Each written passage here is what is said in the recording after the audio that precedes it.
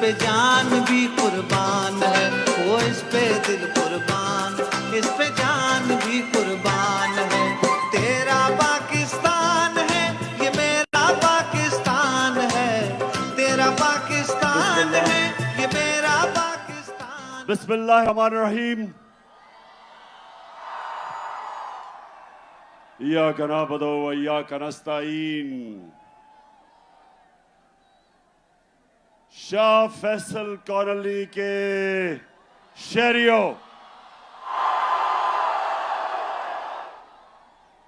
Families, इतनी तादाद में आपको खुशामदीद कहता हूं। और मेरे नौजवान, मैं इस शानदार इस्तकबाल का फिर से शुक्रिया अदा करता हूं।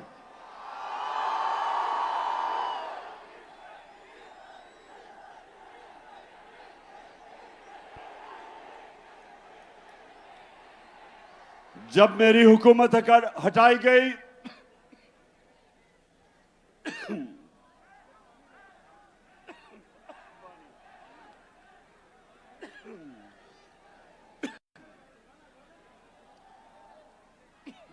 पे जान भी कुर्बान है, वो इस पे दिल कुर्बान, इस भी कुर्बान। जब एक बैरूनी साजिश के तहत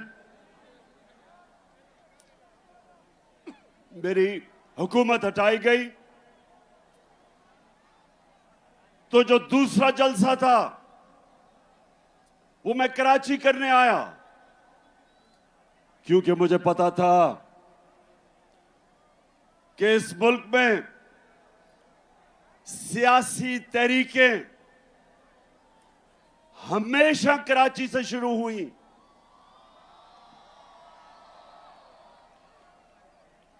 कराची के लोग शऊर रखने वाले लोग हैं,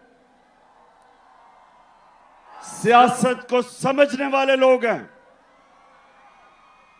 और इसलिए मैं आपके पास तब आया। और मुझे अभी भी याद है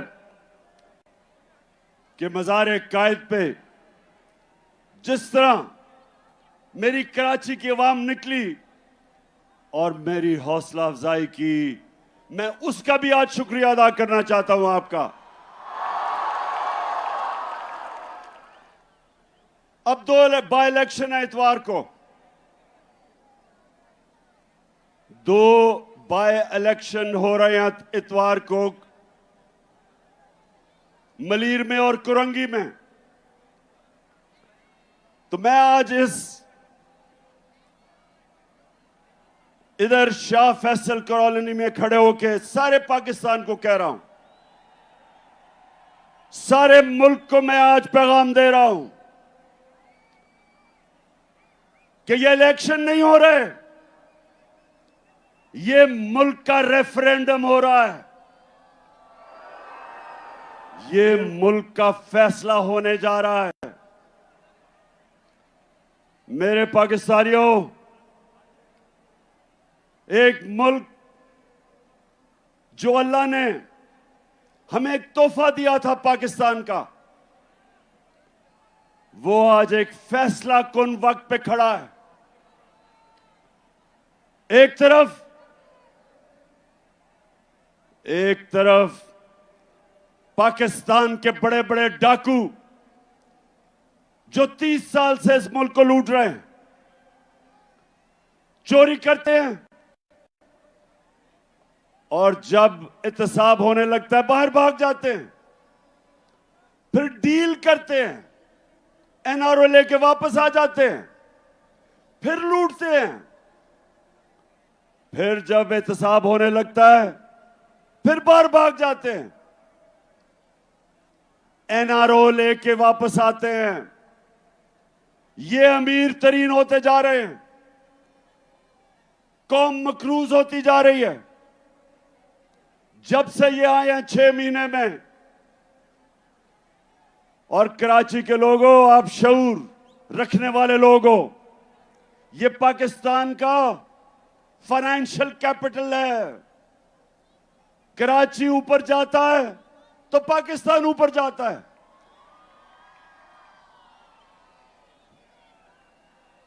और जब कराची की तबीयत खराब होती है तो मुल्क की तबीयत खराब हो जाती है। ये पाकिस्तान का फाइनेंस का इंजन है, ये आगे लेके चलता है और मुल्क आगे जाता है।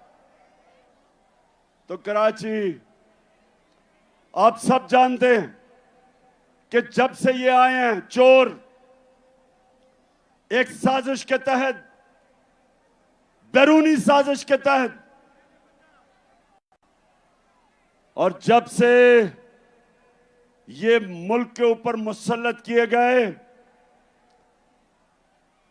महंगाई के सारे रिकॉर्ड टूट गए। 50 साल में मुल्क की सबसे ज्यादा महंगाई।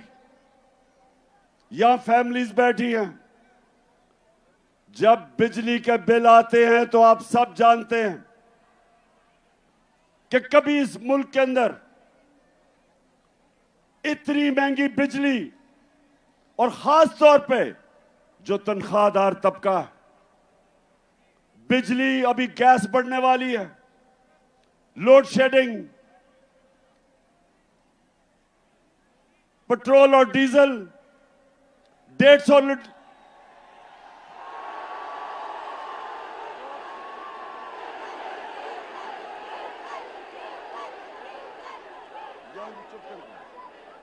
जब हम छोड़ के गए थे 6 महीने पहले, तकरीबन 150 रुपए का 1 लीटर पेट्रोल और 150 रुपए का डीजल। ठीक कह रहे हो, फजलुर रहमान भी 150 रुपए का था। और उसके बाद एक एक चीज महंगी। आटा 55 रुपए किलो पे छोड़ के गए थे, आज 100 रुपए से ऊपर है। तो क्या मुल्क में क़यामत आई कि महंगाई आसमानों पे, बेरोजगारी बढ़ रही।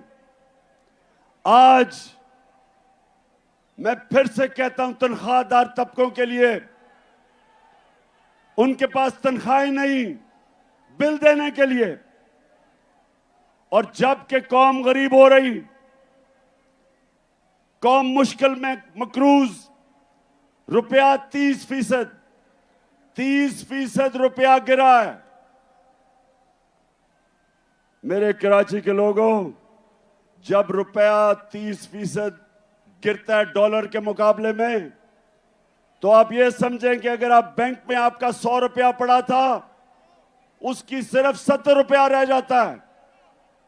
और ये जिनके बाहर अरबों डॉलर बाहर पड़े हैं, इनकी दौलत में इजाफा हो जाता है, क्योंकि डॉलर ऊपर चला जाता है। ये 30% ऊपर, मुल्क 30% नीचे। तो सवाल यह है कि जिन लोगों ने इनको हमारे ऊपर मुसल्लत किया, आज सारी कौम सवाल पूछ रही है कि जो आपने साजिश करके इन चोरों को हमारे ऊपर बिठाया, तारीख, इस मुल्क की तारीख आपको नहीं भूलेगी। ये कौम आपको नहीं भूलेगी जो आपने जुल्म किया इस कौम के साथ। दुश्मन भी ना करे, दुश्मन भी वो नुकसान नहीं पहुंचा सकता था पाकिस्तान का, जो इन चोरों को हमारे ऊपर मुसल्लत करके नुकसान पहुंचाया। तो ये रेफरेंडम है,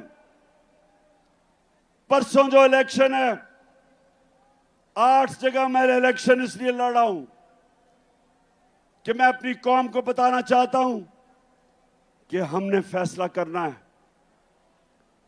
क्या हमने भेड़ बकरियों की तरह इनकी गुलामी करनी है, चोरों की, या एक आजाद कौम की तरह, एक खुददार कौम की तरह अपने पैर पे खड़ा होना है, हकीकी आजादी लेनी है अपनी। क्योंकि मेरे पाकिस्तानियों, सिर्फ आजाद इंसानों की परवाज ऊपर होती है। मैं वो पाकिस्तानी हूं, अल्लाह ने मेरे से बेहतर टैलेंटेड खिलाड़ी थे क्रिकेट में, मेरे से ज्यादा पैसे वाले लोग थे जो मेरे से ज्यादा अस्पताल बना सकते थे। पॉलिटिक्स में मेरे से ऐसे लोग थे जिनकी खानदान पॉलिटिक्स में थे, मेरा तो कोई खानदान पॉलिटिक्स में नहीं था। लेकिन मेरे पाकिस्तानी अल्लाह ने कामयाबी मुझे इसलिए दी क्योंकि मैं एक आजाद इंसान हूं, मैं आजाद हूं, मैंने किसी की गुलामी नहीं की। मैं ला इलाहा इल्लल्लाह,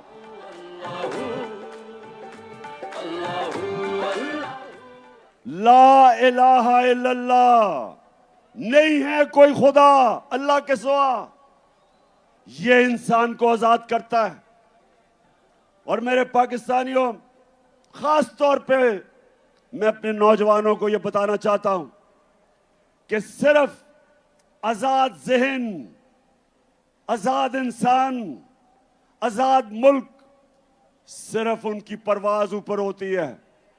गुलाम तो अच्छी गुलामी कर सकते हैं, गुलाम तो वो बन सकते हैं जो इस वक्त मुल्क का क्राइम मिनिस्टर है, जिसको चेरी ब्लॉसम कहता हूं। अच्छा, जरा ये देख लें, कभी किसी मुल्क का प्राइम मिनिस्टर ऐसी बातें करता, जरा ये देखें पहले। मैं सऊदी अरब से होके आया हूँ, मैं यूएई के होके, अभी मैं तुर्की होके आया हूँ, और मैंने उन भाइयों को कहा कि आप हमारे बड़े अजीम भाई हैं, हमेशा आपने हमारी मदद की।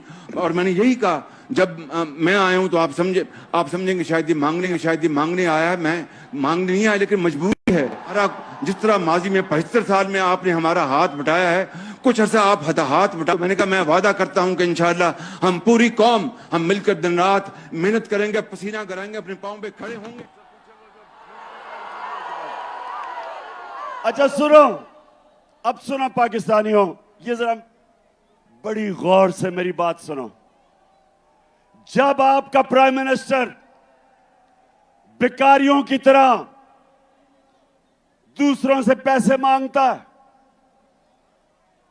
और जो दूसरे, याद रखें जिन मुल्कों से ये पैसे मांगते हैं, जब मैं प्राइम मिनिस्टर था तो जब भी दूसरे मुल्क का मिनिस्टर या प्राइम मिनिस्टर मुझे मिलने आता था तो पहले फॉरेन ऑफिस मुझे पूरा उसका शजरा बता देता था कि ये पड़ा किधर, इसने मेरे से मिलने से प्राइम मिनिस्टर से पहले क्या नौकरी करता था, क्या ये ईमानदार है, करप्ट है, सारा कुछ मुझे पता होता था उससे मिलने से पहले।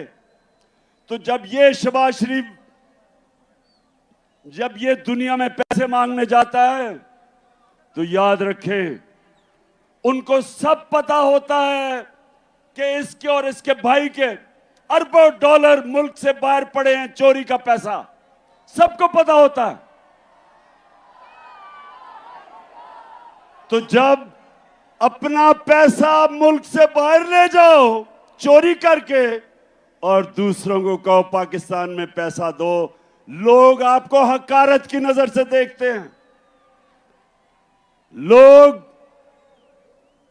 आपको जलील करते हैं। और जब मुल्क का प्राइम मिनिस्टर जलील होता है तो सारी कौम को शर्मिंदा करवाता है।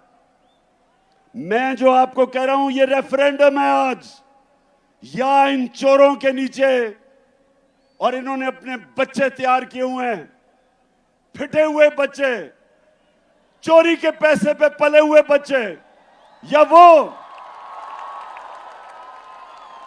और या एक खुददार कौम जो एक अजीम नारे पे खड़ी हुई थी।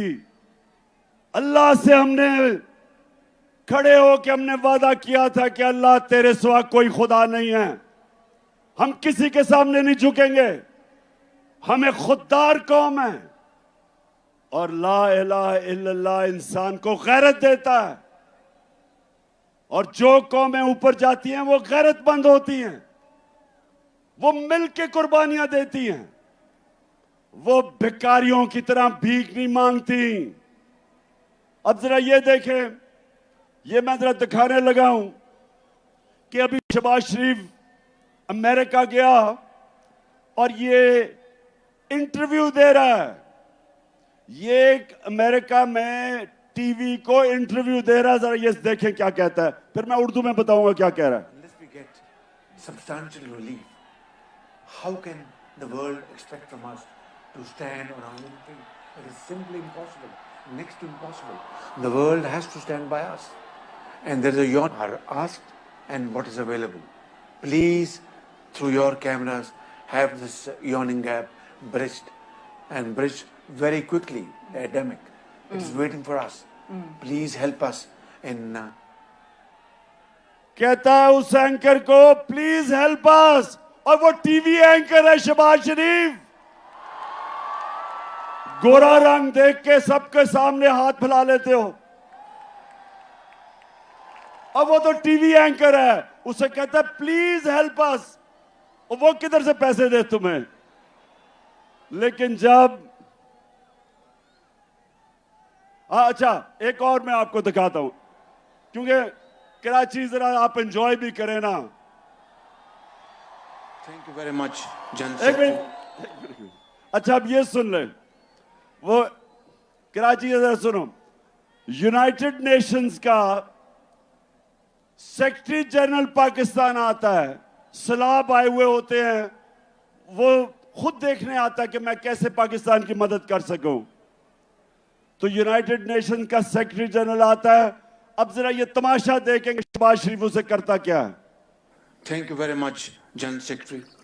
And I assure you, whatever support we get from your institution and through your institution, I give you my word of honor, along with all these ladies and gentlemen sitting on this table, ministers, general officers, government officials, ladies and gentlemen, that every penny we get from you or from wherever, we will spend it most transparently and in the interest of the suffering humanity.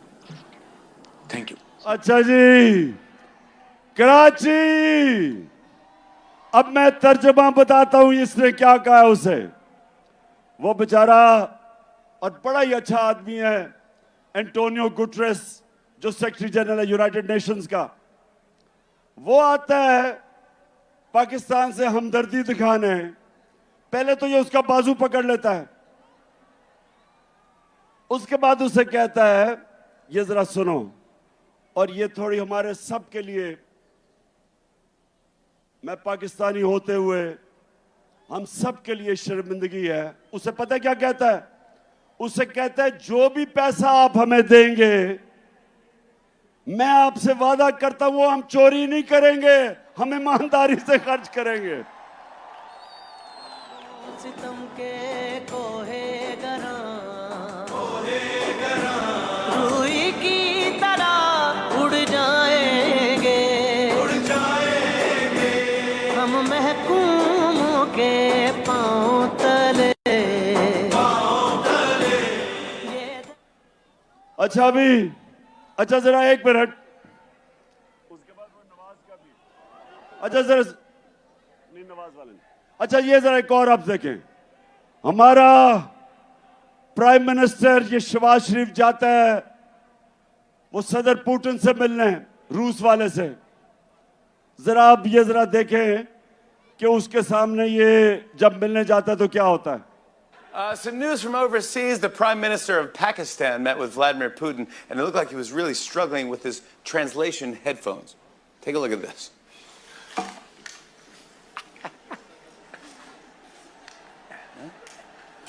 गौर से देखें, गौर से। There you go. Уважаемый господин премьер-министр,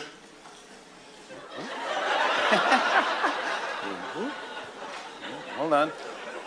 can somebody help me? Yeah, there you go. There you go. There we go. Уважаемый господин премьер-министр, идет перевод? Все нормально?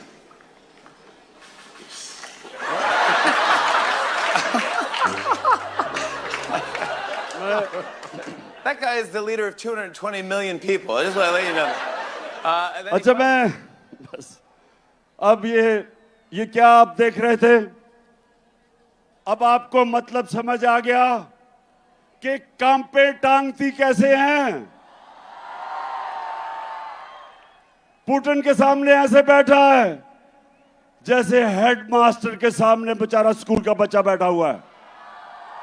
और ये होता है पाकिस्तानियों, जब एक बैरून मुल्क के साजिश के तहत एक आदमी को जिसको सजा होनी थी, इसको और इसके बेटे को FIA केस के अंदर 16 अरब रुपए की जो चोरी पकड़ी गई थी, इसको सजा होनी थी, बजाय सजा होने के बचाया गया इसे और इसको ऊपर बैठा दिया। और इससे आज पाकिस्तान को उधर पहुंचाया जिधर ये खुद अमेरिका में कह रहा है कि अब हम अपने कर्जे वापस नहीं कर सकेंगे। वो जो भी इंटरव्यू दे रहा था कि हमारी मदद करो, हम अपने कर्जे वापस नहीं कर सकते, तो कौन सी क़यामत आई थी 6 महीने पहले? ये पाकिस्तान की जो हर साल शाया होती है इकोनॉमिक सर्वे ऑफ पाकिस्तान, जो इन्होंने इस हुकूमत ने शाया की। कराची गौर से सुनो, आप शऊर वाले लोग हो। इकोनॉमिक सर्वे के मुताबिक 17 साल के बाद हमारे आखिरी 2 सालों में पाकिस्तान की जो ग्रोथ रेट, मतलब कि जो हमारी माइशत तरक्की कर रही थी, वो 17 साल के बाद बेहतरीन परफॉर्मेंस थी। 5.7% और 6%। ये 17 साल के बाद हमारी इकोनॉमी बेहतरीन परफॉर्मेंस कर रही थी। वर्ल्ड बैंक के मुताबिक सारे बर्रे सगीर में सबसे ज्यादा रोजगार जिस मुल्क में था कोरोना के बाद, वो पाकिस्तान में था। World Economic Forum, World Health Organization, the Economist, दुनिया के इदारों ने तस्लीम किया कि पाकिस्तान वो 3 मुल्कों में था जिसने सबसे बेहतरीन तरीके से कोरोना से अपने लोगों को भी बचाया, अपनी माइशत को भी बचाया, अपने गरीबों को बचाया। ये इंटरनेशनली माना कि पाकिस्तान का जो एहसास का प्रोग्राम था, जिसमें हमने अपने गरीबों को कोरोना की लॉकडाउन की तबाही से बचाया, ये दुनिया ने माना। तो मैं फिर से सवाल पूछता हूं कि ये साजिश जिन्होंने करके इन चोरों को हमारे ऊपर मुसल्लत किया था, तारीख आपको नहीं भूलेगी। ये कौम जो मुश्किलात का सामना कर रही है नहीं भूलेगी। और इंशाअल्लाह जो मैं आपसे सबसे उम्मीद रखता हूं, ये जो परसों बाय इलेक्शन आ रहे हैं, इस इलेक्शन के अंदर कौम ने रेफरेंडम करना है, बताना है कि हम इस इंपोर्टेड हुकूमत को मंजूर नहीं करते। हम इन चोरों को जो 30 साल से 2 बड़े बड़े डाकू खानदान जो चोरी करके पैसा बाहर लेके जा रहे थे, हम कभी इनको कबूल नहीं करेंगे। और मैं इसके साथ आज सबको बता दूं कि इंशाअल्लाह इस मुल्क की तारीख का सबसे बड़ा जो मैं मार्च करने लगा हूं, जिसकी मैं कॉल देने लगा हूं, इस मुल्क की सबसे बड़ी मुजाहरा होगा। इस मुल्क की तारीख, अवाम का समुंदर निकलेगा हमारे साथ और सबको बताएगा, सारों को पैगाम देगा इस मुल्क में कि कौम किधर खड़ी है आज, कि कौम इसको सियासत नहीं समझ रही, हम अपनी हकीकी आजादी की जहाद समझ रहे हैं। और कराची, आप तो माशाल्लाह वो लोग हो जो हमेशा, जिस तरह मैंने शुरू में कहा, सारी सियासी तहरीकें जो शुरू होती थी हमेशा कराची से शुरू होती थी। और अब जो मैं, हमारे साथ ही बैठते थे एमक्यूएम वाले, मैं एमक्यूएम से पूछता हूं कि क्या अब आप खुश हैं जरदारी के साथ बैठ के? क्या वो आपके मसले हल कर दिए? क्या जरदारी ने कराची के मसले हल कर दिए? बताएं, कराची बताओ। हमारी हुकूमत थी, हमारी हुकूमत फेडरल गवर्नमेंट में थी, सिंध में हमारी हुकूमत नहीं थी। उसके बावजूद हमने कराची सर्कुलर रेलवे का शुरू किया, एक्निक से पास किया, हमने ग्रीन लाइन शुरू की, बस सर्विस। और जो सबसे बड़ा कराची का मसला है पानी का, K4 जो 15 साल से रुका हुआ था, वो हमने शुरू किया ताकि कराची के लोगों को पानी मिले। तो कराची इंशाल्लाह, जो मुझे नजर आ रहा है, 26 साल से मैं जद्दोजहद कर रहा हूं, मुझे पहली दफा नजर आ रहा है कि अंदरूने सिंध के लोग वो भी हकीकी आजादी के लिए तैयार बैठे हैं। है ये राहे अमल, आओ हम सब साथ चले, मुश्किल हो या आसानी, साथ में डाले हाथ चले। धड़कन है पंजाब मगर दिल अपना मैदान है। मैं भी पाकिस्तान हूँ, तू भी पाकिस्तान है। तू तो मेरी जान है, तू तो मेरी आन है, तू मेरा ईमान है। इंशाल्लाह अंदरूने सिंध के लोग तैयार हो जाओ। मैं ये मार्च से फारग हो लूं, मेरा फिर पूरा रुख अंदरूने सिंध पे है, और फिर कराची भी आऊंगा। और मेरा ये अज़म है कि ये जो जरदारी माफिया जिसने अंदरूने सिंध के लोगों को गुलाम बनाया हुआ है, मेरे सिंधी भाइयों तैयार हो जाओ। इंशाल्लाह मैं जब तक सिंध में अब दौरा करूंगा, एक एक डिस्ट्रिक्ट में जाऊंगा, अपने सिंध के लोगों को खड़ा करूंगा, और ये अजाब, ये जो बीमारी लगी हुई है जरदारी की सिंध को, ये इंशाल्लाह इससे आजाद करेंगे। अच्छा, आप कराची, अभी मैं जरा एक दो और आपको वीडियोस दिखाना चाहता हूं। मैं जरा अब गौर से आपने वीडियो देखनी है। मैं इसलिए बार बार दिखाता हूं हर जलसे में, क्योंकि अभी मरियम कहती कि ओहो मैं तो बेकसूर थी, और मैं बाइज्जत बरी हो गई हूं। उधर इसहाक डार कहता है मैं बाइज्जत बरी हो गया हूं। अब नवाज शरीफ बाइज्जत बरी हो जाएगा, और इस NRO 2 में जरदारी भी बाइज्जत बरी हो जाएगा। सिर्फ बेचारे छोटे छोटे चोर पकड़े जाएंगे पाकिस्तान में। सिर्फ वो साइकिल चोर, स्कूटर चोर, मोटरसाइकिल चोर, बेचारे, उनके अलावा कोई बड़ा डाकू इस निजाम के अंदर नहीं पकड़ा जाएगा। तो जब मरियम कहती है, अब आपने गौर से देखना, ये मरियम कहती है जी मेरे से तो बड़ा जुल्म हुआ, मैं तो बेकसूर हूं, देखे ना ये इमरान खान कितना जालिम आदमी है। मरियम बीबी, सारी कौम से झूठ ना बोले।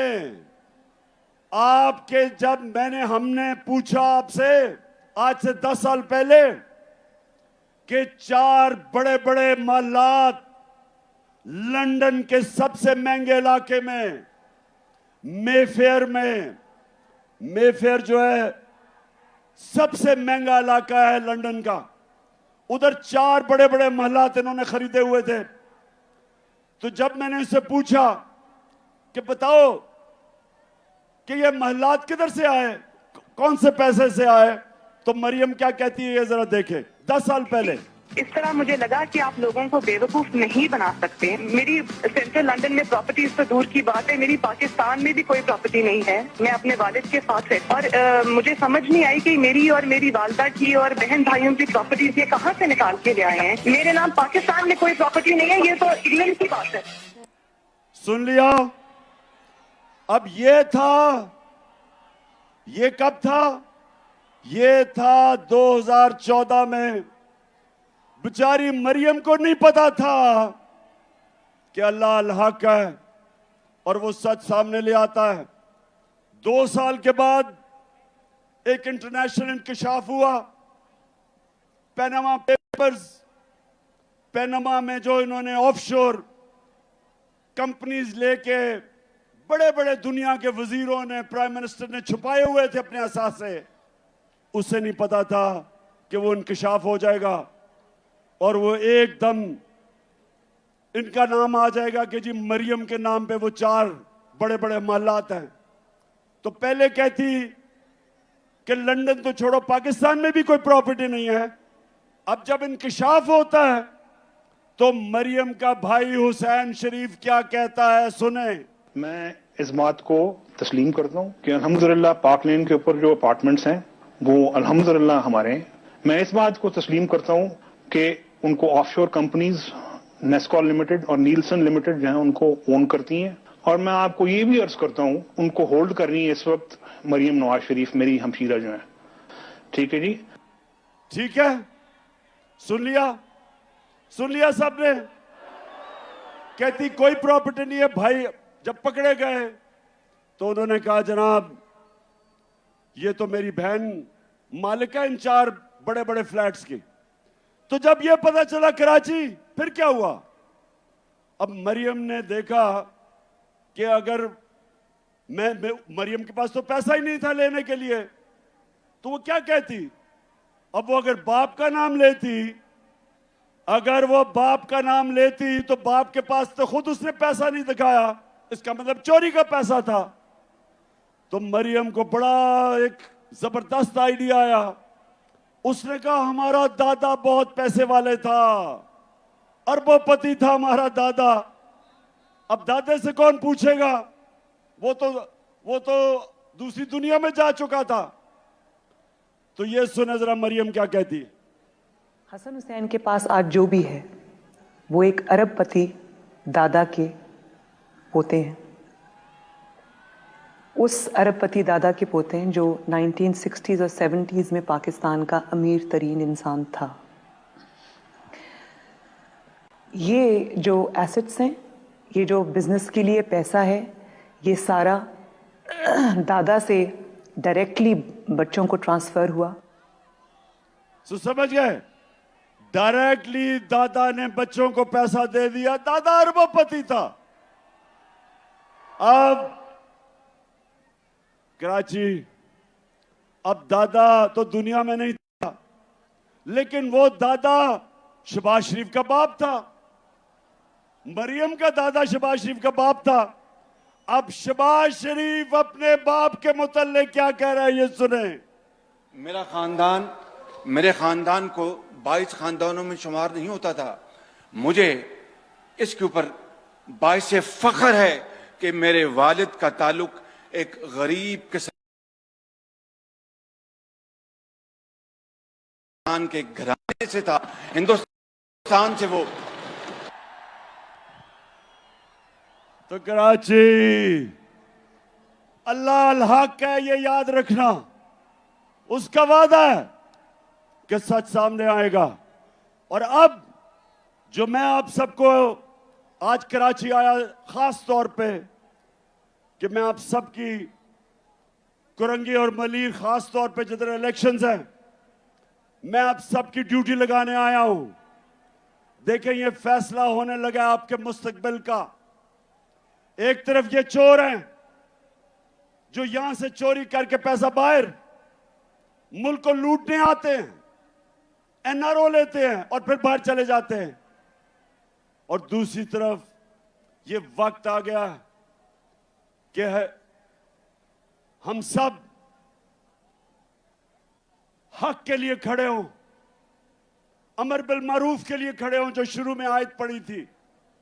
अल्लाह का हुक्म है, अल्लाह का सबको हुक्म है कि अच्छाई हक के साथ खड़े हो और बुराई के खिलाफ खड़े हो। अल्लाह ने हमें किसी को इजाजत नहीं दी न्यूट्रल रहने की। उसने हमें सबको कहा कि अच्छाई के साथ खड़े हो, इन चोरों के साथ ना खड़े हो। ये इलेक्शन रेफरेंडम है और मैं अपनी सारी कौम को कह रहा हूं कि निकलना है। इसको आपने अपना इलेक्शन नहीं, एक जहाद समझनी है इन चोरों के खिलाफ। और मैं सबसे आपसे उम्मीद रखता हूं कि आपने अपनी पूरी कोशिश करनी है, क्योंकि ये इमरान खान अकेले ने ठेका नहीं लिया हुआ करप्शन के खिलाफ जंग लड़ने का, ये आपका भी है जिम्मेदारी। तू अड़ जा फिर से, तू डट जा फिर से, वो बल्ला घुमा।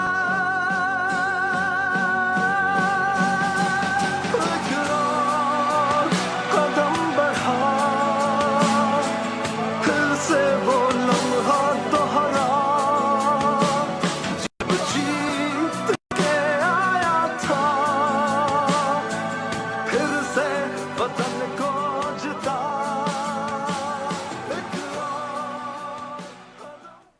तो मेरे पाकिस्तानियों, मैं सिर्फ आखिर में आपको एक बात कहना चाहता हूं। अल्लाह ने हमें अपनी सबसे अजीम मखलूक बनाया, अशरफुल मखलूकात।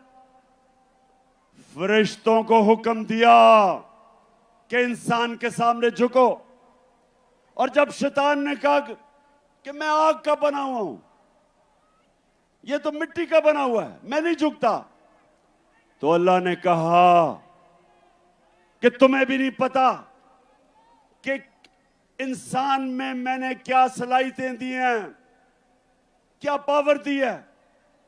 मेरे पाकिस्तानियों, अपनी सलाहियतें पहचानो, अपनी ताकत पहचानो। आपका मुस्तकबिल इन चोरों के नीचे नहीं है। आपका मुस्तकबिल इन चोरों के नीचे सिर्फ उसके सामने जिल्लत है। आपका जो अजीम मकसद, अजीम नारे पे पाकिस्तान बना था, अजीम लीडर था कायदे आजम मोहम्मद अली जिन्ना, अजीम नजरियाती लीडर इलामा इकबाल थे।